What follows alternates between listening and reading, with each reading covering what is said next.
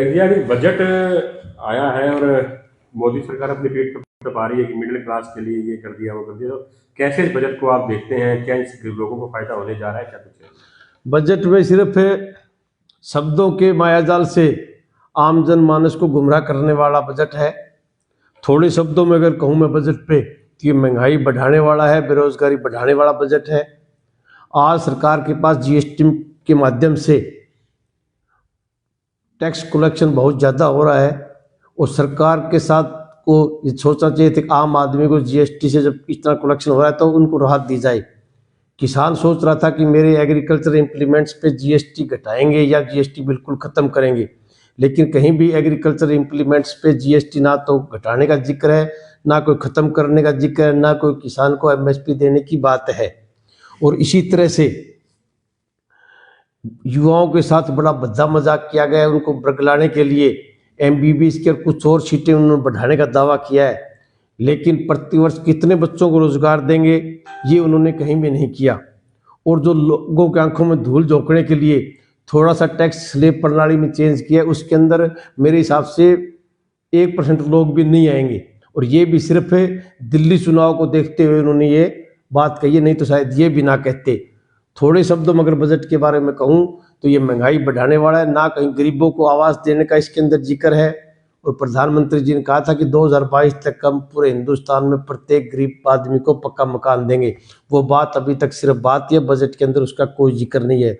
और जहाँ तक हरियाणा की बात है, हरियाणा की झोली इस बजट के अंदर बिल्कुल खाली दिखाई दी गई है। कहीं भी हरियाणा को किसी भी सत्र पे ना कोई विशेष पैकेज दिया गया है, ना कोई राहत दी गई है।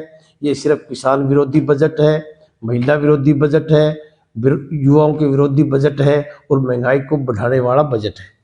एमबीबीएस की सीटों की बात की जाए तो पेपर लगातार पिछली बार भी आरोप लगे थे कि पेपर लीक हो गया, इस प्रकार की कोई भी सहूलियत जो है वो इस प्रकार की नहीं दिखती। अगर कहीं रोजगार की बात करते तो पेपर लीक की बात इनको उसके अंदर जरूर करनी पड़ती, क्योंकि विपक्ष पूछता कि पेपर तो आप तब लोगे जब आप इसकी लीकेज रुकाओगे, लेकिन लीकेज इनकी कहीं भी नहीं रुक रही है। पेपर देने से बच्चों को पहले ही कोचिंग, बड़े बड़े कोचिंग सेंटरों में पेपर पहुंच जाते हैं और बच्चा जब घर पहुंचता है उससे पहले उसके व्हाट्सएप पे आ जाता है कि पेपर लीक हो गया। उससे बच्चे के अरमान बड़े टूट जाते हैं, आर्थिक तौर पे उनके पेरेंट्स कंगाल हो जाते हैं। सबसे पहले प्रधानमंत्री जी को राष्ट्र स्तर पर ऐसी कोई नीति बनानी चाहिए कि जो भी संस्था, जो भी अधिकारी या भी कोई व्यक्ति विशेष पेपर लीक के अंदर संलिप्त मिलेगा तो उसको कठोर दंड मिलना चाहिए, क्योंकि ये युवाओं के साथ बहुत बड़ा खिलवाड़ है। किसानों को लेकर भी उम्मीद कीजिए। किसानों को, हालांकि जगदीश सिंह डल्लेवाल लगातार आंदोलन पे हैं कि इस बजट में हो सकता है कि प्रावधान हो जाए और किसानों को फायदा मिले। खासकर हरियाणा और पंजाब के किसान तो इसको लेकर बड़े उसमें थे जी।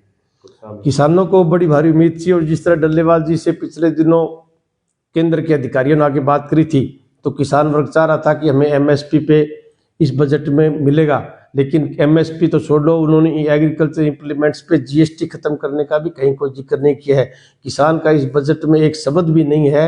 डल्लेवाल का आज 50 दिन से ऊपर अनशन हो चुका है, लेकिन प्रधानमंत्री जी को सोचना चाहिए कि अन्नदाता को इतना परेशान हो रहे हैं, वो ठिठुरती ठंड के अंदर अनशन कर रहे हैं, उनको एमएसपी के साथ साथ एग्रीकल्चर इंप्लीमेंट्स पे जीएसटी पूरी तरह खत्म कर दी जाए ताकि किसान पे कर्ज का बोझ कम हो, उसकी खेती सस्ती हो।